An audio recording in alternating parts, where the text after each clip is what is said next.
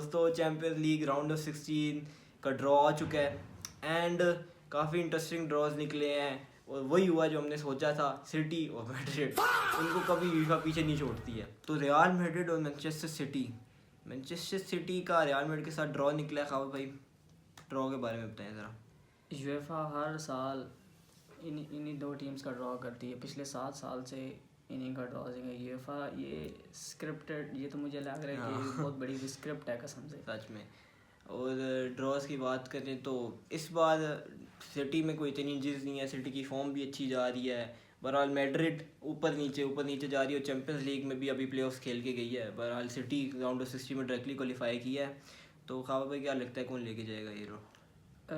अभी देखें ना कि रियल मैड्रिड जो है वो उनके पास मोमेंटम है, वो अच्छा खेल रहे हैं फुटबॉल। लेकिन जो अदर साइड है ना वो मैनचेस्टर सिटी के पास है गार्डियोला, वो मास्टरमाइंड है। तो मैड्रिड के लिए थोड़ा सा मुश्किल होगा उनको टैकल करना। और इसमें ये भी है ना कि जो पहली लेग है ना वो सैंटियागो बर्नाब्यू में, और जो दूसरी लेग है वो है एटिहाद में। तो सिटी को ये वाला एडवांटेज हो सकता है। और किलियन एम्बापे जो है वो भी इंजर्ड है, उसका भी बता रहे हैं कि वो मे भी फर्स्ट लेग मिस कर दे। तो ये सिटी को थोड़ा एडवांटेज है इस चीज़। मैड्रिड में इंजरीज भी है, लेग का भी सीन है, होम अवे फिक्सचर का भी। बाकी सिटी और मैड्रिड का तो चलता रहेगा, हर साल ही आता है। अगला मैच की बात करें तो अगला मैच है खावा जी आपके क्लब बार्सिलोना वर्सेस न्यूकासल। आपकी और न्यूकासल की क्या थोड़ी बताएं ज़रा।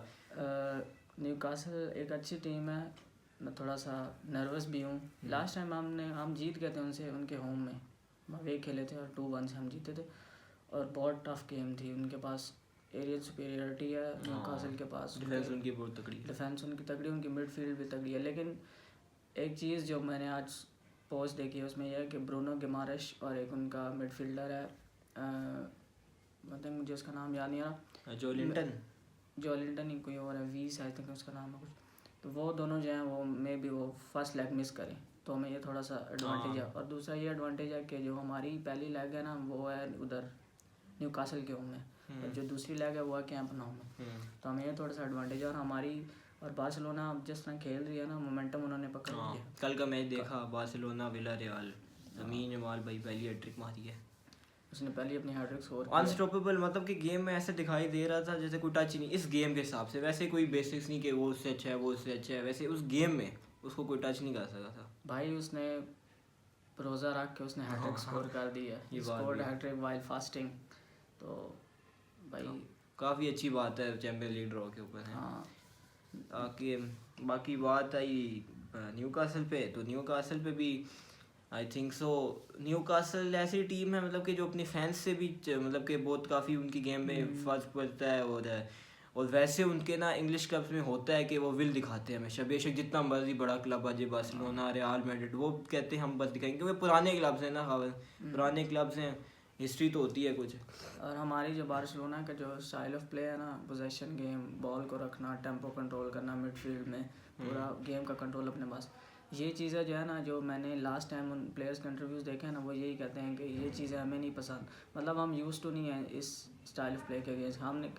मैंने प्लेयर्स का इंटरव्यू देखा, वो कहते हैं कि हम आर्सेनल के अगेंस्ट हैं, सिटी वो बॉल रखते हैं, लेकिन यह है कि हम इतना यूज़ टू नहीं है। तो बार्सिलोना का ये है कि वो उनका जो स्टाइल ऑफ प्ले है उससे हमें थोड़ा वो बहुत डर लगता है। मतलब ये है कि क्योंकि 90 मिनट का बॉल कंट्रोल आपने रखना होता है, तो आपको वो चांस नहीं देंगे। और अगर आपके पास चांस हो, आप उनको काउंटर करने की कोशिश करेंगे, उनके पास भी अच्छे प्लेयर्स हैं, अच्छी डिफेंस है, हाई लाइन खेलते हैं वो, तो उसमें यह है कि आप एक्सपोज हो सकते हैं। दोनों टीम्स के फैन ना मैनेजर्स को अपने दोनों को बैक कर रहे हैं।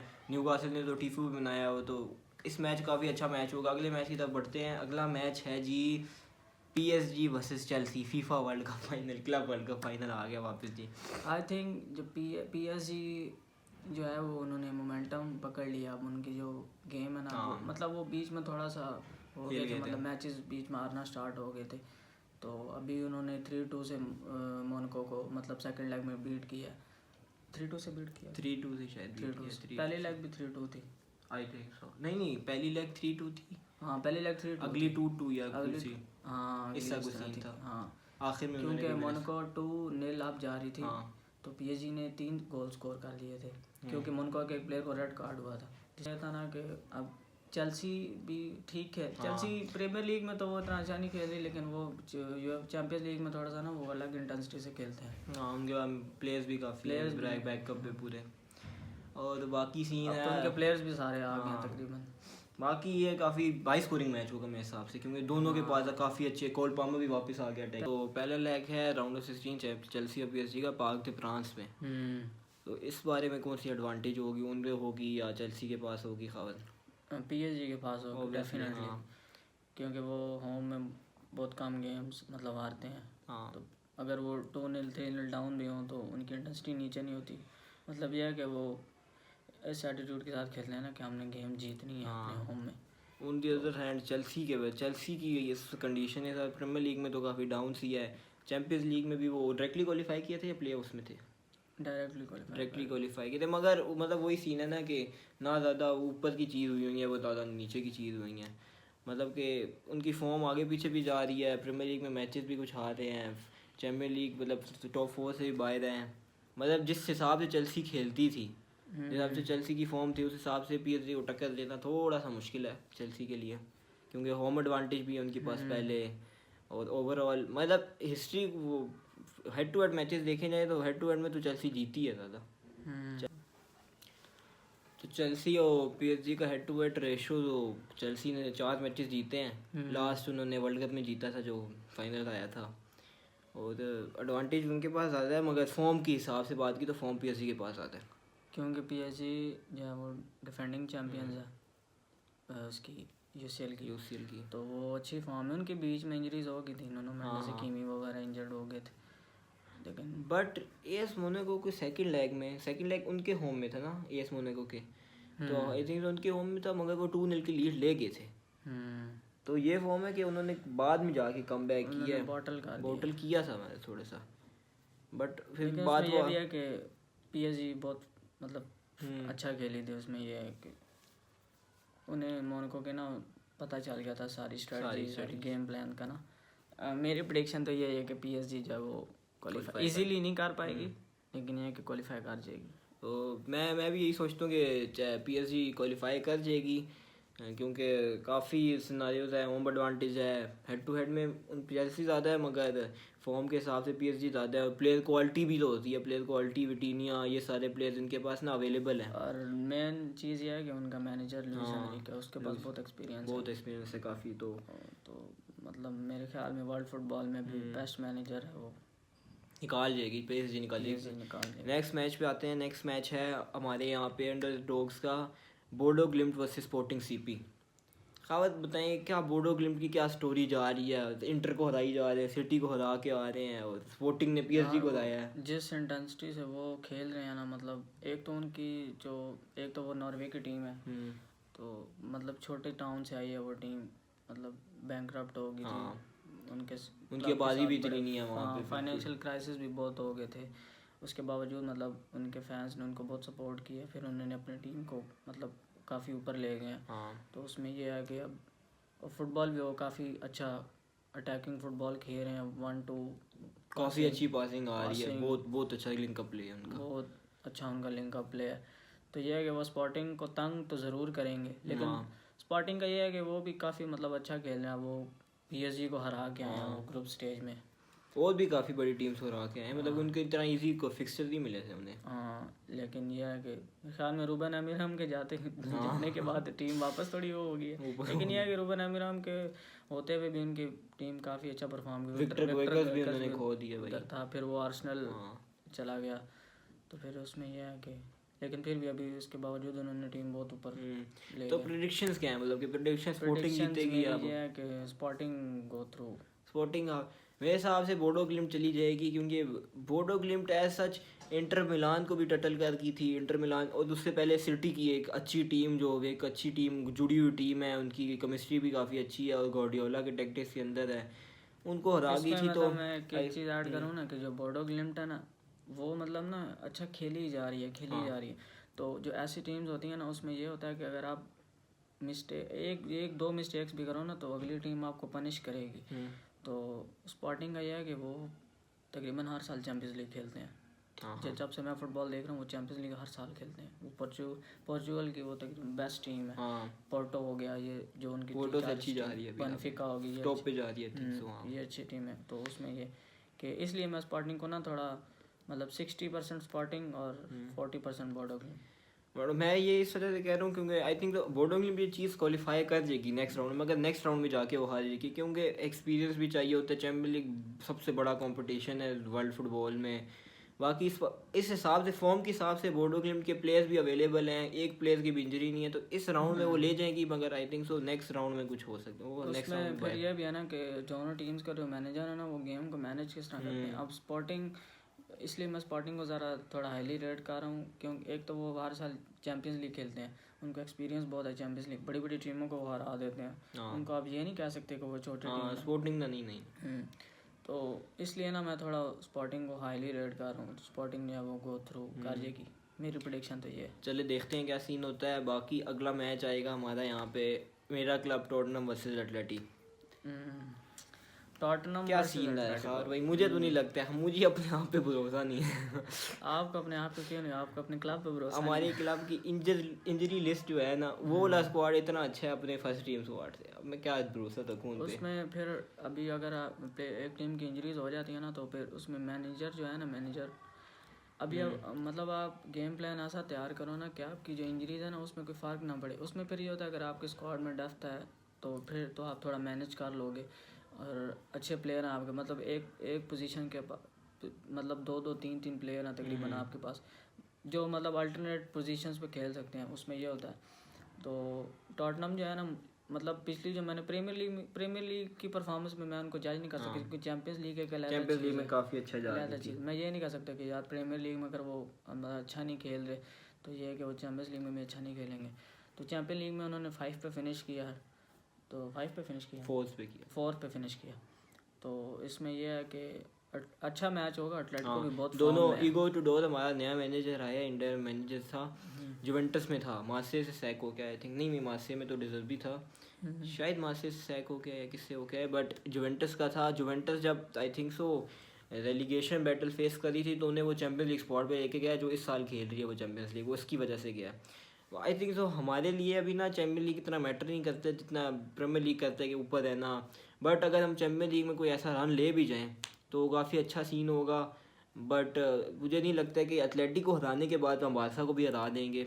जो स्क्वाड डेप्थ भी तो होनी चाहिए थोड़ी सी, और बड़े फिक्सचर्स में और इंजरीज क्राइसिस भी है हमारा, बट दोनों तरफ से आराम बॉल खेली जाएगी। गियोटिडोर भी बैक 3 खेलता है और 2 स्ट्राइकर्स के साथ खेलता है, सिमियोने भी 2 स्ट्राइकर्स के साथ खेलता है। हमारा हराम बॉल का ये सीन है कि हम लोग इंटेलिजेंट हराम बॉल खेलते हैं, मतलब कि अगर काउंटर प्रेसिंग हम लेके जाएंगे आगे, अगर वो हमें कोई प्रेस करेगी तो हम उसके सामने झुकेंगे नहीं, हम अपनी हाई लाइन बढ़ाएंगे, थोड़ी बढ़ाएंगे ताकि हमारे पास पोजीशन रहे। अब इसमें यह है ना कि जो दोनों टीमें हैं ना उनकी जो फिजिकलिटी है ना वो बहुत अच्छी है, मतलब एटलेटिको के भी बहुत अच्छी, उनके पास जो फिजिकल प्लेयर्स बहुत ज़्यादा हैं। तो टॉटनहम की भी बहुत अच्छी है। मैंने सारे मतलब फिजिकली जो है ना वो सारे बहुत अच्छे हैं। तो मतलब मैच एक बहुत ये टफ मैच होगा। इस मैच का कुछ, इस मैच में कुछ भी नहीं पता लग सकता है। मतलब ये कह सकते हैं ना कि टॉटनहम की इंजरीज हैं, तो मतलब एटलेटिको को ये थोड़ा सा स्लाइटली एडवांटेज है। बट टॉटनहम ये कि पीएसजी के साथ मैच हुआ था ना है, तब भी हमारी यही इंजरीज थी, बट टॉटनहम पीएसजी को डोमिनेट कर रही थी, बट वो आखिर में बोतल कर लिया, 2-3 की लीड ले गए थे। मतलब वो उसमें ये फिर इंडिविजुअल ब्रिलियंस विटिनिया ने हैट्रिक स्कोर कर दी थी। ये सीन है कि दोनों इस स्टेज के हिसाब से तो मैं कहता हूँ टॉटनहम गोज थ्रू कोई ऐसे 1 गोल के साथ या इस तरह कुछ, बट ज़्यादा चांसेस एटलेटिको हैं, बट मेरी प्रेडिक्शन यही है कि टॉटनहम आगे जाए 1 गोल की लीड के साथ। मेरी प्रेडिक्शन पहली लेग कहाँ पे है? पहली लेग है मेट्रोपोलिटानो। तो हाँ ये टॉटनहम को थोड़ा सा एडवांटेज हो सकता है। अगर एटलेटिको के होम में 1-0 भी हो जाता है टॉटनहम को, या 1-1 हो जाता है, या 2-1 भी हो जाता है अगर एटलेटिको जीत जाए, क्योंकि अपने होम पे वो अपने होम पे वरना उनके होम में होता है वो तो पीछे ही खड़ी आती थी पार्क द बस स्टार्ट वो फिर उनका स्टाइल ऑफ प्ले ऐसा ना, मतलब सिमियोनी मैच जीतने के लिए कुछ भी कर सकता है। वो पीछे 10 के 10 जो है वो प्लेयर लगा देगा डिफेंस पे, लो ब्लॉक स्टार्ट कर देगा बिल्कुल। मतलब फिर जब ऑफ द बॉल वो यही करेंगे, ऑन द बॉल वो बस यही है कि काउंटर मारेंगे। उनके पास अच्छे, उनके पास एलेक्स बायाना, मार्को लोरेंटे उनके पास जो है लेफ्ट मिड राइट मिड पे, उनके पास अंदर मिडफील्ड में भी बहुत अच्छे प्लेयर हैं। हाँ काफ़ी और आगे उनके पास हुलियन अल्वारेज, शॉर्लथ, ग्रिजमैन भी फॉर्म में ग्रिजमैन भी फॉर्म में आ गया अब। तो ये है डिफेंस बेट लड़कों की अच्छी है। उनके पास हिमेनाज है, उनके पास लॉन्गले है, नावल मुलीना, मतलब काफ़ी अच्छे प्लेयर हाँ ओब्लाक है उनके पास। और इस मैच की प्रेडिक्शन करना ना मतलब ये है कि बहुत टफ है, मतलब मैं कुछ कह नहीं सकता, लेकिन मेरे हिसाब से एटलेटिको में भी एटलेटिको क्वालिफाई कर जाए। सही बात है, जस्टिफाइड है बात। अगले मैच की बात करते हैं तो मेरे फेवरेट जो जा रहे हैं यहाँ पे Bayern Munich, I think so Bayern Munich champions league ले जाएगी। बट इस राउंड पे बात करते हैं, उनका ड्रॉ है अटलांटा के साथ। ऑब्वियसली अब मैं क्या बात करूँ, अटलांटा जीत जाएगी। बायर्न म्यूनिख यह है कि अटलांटा भी जो पिछला मैच है ना वो बहुत अच्छा खेल कर डॉर्टमंड को उन्होंने जलील किया, मतलब एक तरह का कह सकते हैं। हाँ तो बट अटलांटा एक लेग में ले जाए लीड, मगर दूसरे लेग में बायर्न ये भी है ले जाएगी। तो उसमें फिर अटलांटा और बायरन में ऑफ कोर्स बायरन। कल रात का मैच देखा नहीं, डच क्लासिक डॉर्टमंड और बायरन, जोशुआ किमिच केन ने 2 गोल मारे, 30 गोल मार के। हैरी केन तो भाई रुक के नहीं रहा, वो बुंडेसलीगा में सिर्फ 30 गोल, बुंडेसलीगा में 30 गोल ओनली, 30 गोल सिर्फ बुंडेसलीगा। ये हैरी केन जब से बुंडेसलीगा में आया ना, इसने वो गोल्स वाला वो चेंज कर दिया। मतलब पहले बुंडेसलीगा में इतने टॉप स्कोरर के इतने गोल नहीं होते थे, मतलब इसने मतलब आके ना बहुत 30 प्लस इससे ज़्यादा लेवेंडोव्स्की करता था तभी, लेवेंडोव्स्की करता रहा। मतलब ये है कि फिर लेकिन हैरी केन मतलब जिस स्पीड से जा रहा है ना वो कोई अलग ही 500 गोल अभी मारे हैं, अभी 2 गोल कल मार के 502 हो गए हैं। तो मतलब जो मेरे हिसाब से जो यूसीएल की फेवरेट है ना वो बायरन म्यूनिख की है। बायरन म्यूनिख आर्सेनल कह सकते हैं, लेकिन आर्सेनल का ये है कि भरोसा इसलिए नहीं है क्योंकि वो बटल कर देते हैं। अब बायरन क्या है ना कि अगर वो अपना मोमेंटम उन्होंने पकड़ लिया ना फिर उनके सामने जो भी टीम है फिर उसको वो हरा देते हैं। बट खबर अगर ये सिनारियो बना बायरन और आर्सेनल का कोई फाइनल या सेमीफाइनल है तो क्या लगता है कौन जीतेगा, आगे कौन गाएगा? बायरन ना, वही ना मैच का फिक्सर देख के बंदे को लगता है बायरन के एक तो वो जर्मन टीम है, जर्मन डिसिप्लिन को बीट करना थोड़ा सा मुश्किल है मतलब। और दूसरा ये है ना कि आर्सेनल ये है कि वो पोजेशन खेलते हैं, तो बायरन की जो इंटेंसिटी है ना वो बहुत खतरनाक है। मतलब अगर वो ऑफ द बॉल बहुत अच्छे हैं, विंसेंट कंपनी विंसेंट कंपनी उनके पास क्या कोच है। पिछले साल वो ये है कि वो थोड़ा परफॉर्म अच्छा नहीं कर पाया चैंपियंस लीग में। हाँ तो बायर्न म्यूनिख गई थी, नॉकड आउट हुई थी इंटर मिलान से सेमीफाइनल में, जहाँ थॉमस मुलर ने अपना आखिरी गोल मारा था इक्वलाइज के लिए, मगर फिर इंटर मिलान ने 2 मार दिए उन्हें आगे से। लाउटारो मार्टिनेज पर आई थिंक सो अनलकी भी रहा था थोड़ा सीन उनका, क्योंकि उनके पास तब जमाल मूसियाला, अल्फोंसो डेविस नहीं थे, आई थिंक सो नहीं थे उनके पास उस टाइम पे। हाँ और बायरन मतलब कंपनी का मेरे ख्याल में पहला सीज़न था, थिंक सो था जमाल, हाँ कंपनी का ये भी था पहला सीज़न था।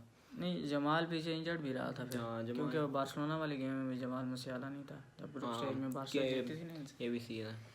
बाकी बायर्न म्यूनिख तो ये गोल मतलब मैच ले जाएगी आगे अपना। हाँ मेरी तो ये प्रेडिक्शन है, Bayern Munich easily go through, 4-5 गोल तो मारेगी बायर्न उनको इजीली। 8-2 ना हो नहीं 8-2 इतना आसान नहीं, वो सिर्फ बार्सिलोना के अगेंस्ट करते हैं वो। उनका भी यही है कि वो शुक्र है हमारे से उनकी जान छूटी है। हाँ शुक्र, चलो क्योंकि वो तो दूसरी ब्रैकेट में वो टक्कर भी नहीं सकते, फाइनल में टकरेंगे, फाइनल में टक्कर सकते हैं। लेकिन एक चीज़ जो है ना, अगर बार्सिलोना यहाँ से अपने सारे मैच जीते और वहाँ से रियल मैड्रिड अगर सारे मैच जीते तो फिर हमें कल Clasico final, but classic final हो भी जाए तो मैड्रिड की ज़्यादा उम्मीद होगी। अब नहीं, मैड्रिड की उम्मीद भी नहीं है ना, मैड्रिड का यही नहीं पता होता ना। अगर बार्सिलोना यहाँ रियल मैड्रिड यही नहीं पता होता चैंपियन लीग विनर है, लेकिन ये है कि बार्सिलोना जो लास्ट चैंपियंस लीग मैच खेली थी ना रियल मैड्रिड से, वो बार्सिलोना ने पूरा डोमिनेट किया था मैच। मतलब मेसी ने बहुत मतलब खतरनाक गोल स्कोर किए थे, बहुत जलील भी किया। सेमीफाइनल में जो खेला, सेमीफाइनल में यही वाली स्केट पहनी हुई थी, ये वाली किट यही वाली किट। तो अगर फाइनल आता भी है ना तो ऑफ कोर्स मैं तो यही चाहूँगा बार्सिलोना जीते, लेकिन ये है कि टफ मैच होगा, लेकिन मुझे लगता है एंड में बार्सिलोना ले जाएगी, क्योंकि हैंसी फ्लिक कभी भी अपने कैरियर में फाइनल मैच कभी भी नहीं आता। और मैड्रिड का भी यही सीन है, मैड्रिड भी काफ़ी अच्छी भाई काफ़ी डेकोरेटेड टीम है, वो जान मार देंगी, वो चैंपियंस लीग फाइनल है भाई। अगर मतलब वही यही है कि अगर दोनों टीमें फाइनल तक आती हैं फिर जाहिर सी बात है फिर तो कुछ ना कुछ तो करेंगे ना। ये तो खबर क्या सीन है, बायर्न म्यूनिख ले जाएगी अटलांटा से मैच इजीली। हाँ इजीली ले जाएगी। अगला मैच है जी अटलांटा अपसेट ही होगा अगर अटलांटा उनको टफ हाँ, टाइम दे। टफ टाइम जाहिर सी बात है देगा। काफी बड़ा अपसेट होगा फिर तो अटलांटा भाई greatest run of all time ले जाएगी फाइनल तक। फिर अटलांटा अगर अटलांटा बायर्न म्यूनिख को हराती है तो फिर तो उन्हें यूसीएल के लिए जाना चाहिए, तो उन्हें चैंपियन लीग जीतनी चाहिए। बहरहाल अगला मैच है हमारे जी कॉर्नर एफसी का, Arsenal versus Bayer Leverkusen. Arsenal versus Bayer Leverkusen. Bayer Leverkusen form नहीं जा रही है सर, लेकिन वो टीम अच्छी है, मतलब अगर वो यहाँ तक क्वालिफाई कर गई है ना जो टीम, ये जो 16 है, मतलब फिर आप इनको ये नहीं कह सकते कि ये इसमें। बट आर्सेनल है ना आगे, आर्सेनल ये भी नहीं इजीली। अब ये देखना कि इजीली तो नहीं होगा, इजीली तो नहीं होगा, मगर बायर लेवरकुसन का वो भी तो नहीं है ना उनके भाई अभी लोनसो, उनके प्लेयर्स भी नहीं है ना उनके पास, पता नहीं कौन कौन उन्हें छोड़ के चला गया वहाँ पे। उनका सेंटर बैक हाँ ये जर्मी फ्रिम्पोंग, एक सीनियर सेंटर बैक है उनके पास, टैप्सो फ्लोरियन वर्ट्स। हाँ फ्लोरियन वर्ट्स भी चला गया, वही तो उनका मेन प्ले मेकर था।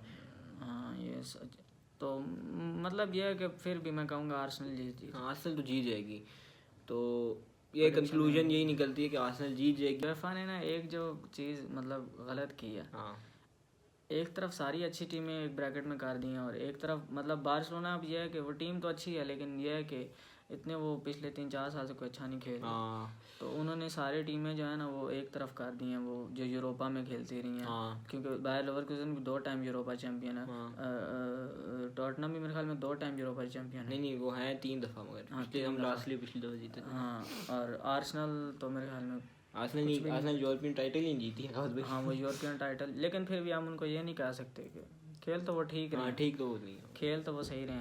काफी और बार्सिलोना इस ब्रैकेट में सिर्फ बार्सिलोना जो 5 टाइम चैंपियंस लीग जीती है, तो उन्होंने एक तरफ अच्छी टीमें कर दी और एक तरफ। आखिरी दफ़ा चैंपियन लीग फाइनल में कौन गई थी इस ब्रैकेट वाली टीम में? इस ब्रैकेट में आखिरी दफ़ा जो चैंपियन लीग फाइनल में गई थी बार्सिलोना गई थी। बार्सिलोना कब गई थी? 2015 में। 2019 में टॉटनहम गई थी। टॉटनहम 19 में चैंपियंस लीग फाइनल में, हाँ 15 में बार्सिलोना गई थी, हाँ ठीक है 19 में। बस ऑब्वियसली बार्सिलोना 5 दफ़ा चैंपियन लीग टाइटल। और आर्सेनल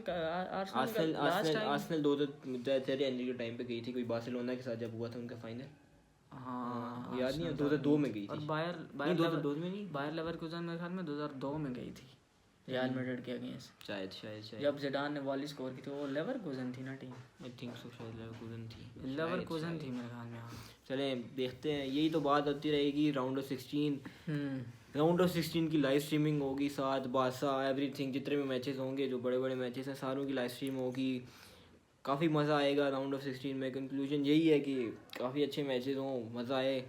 बाकी सी यू नेक्स्ट टाइम और इन्जॉय करो champion league round of 16। UCL की बेस्ट नाइट्स आने वाली हैं यार, अब मज़ा आएगा, अब धमाके होंगे, देखना। जाओ, ओके गुड बाय।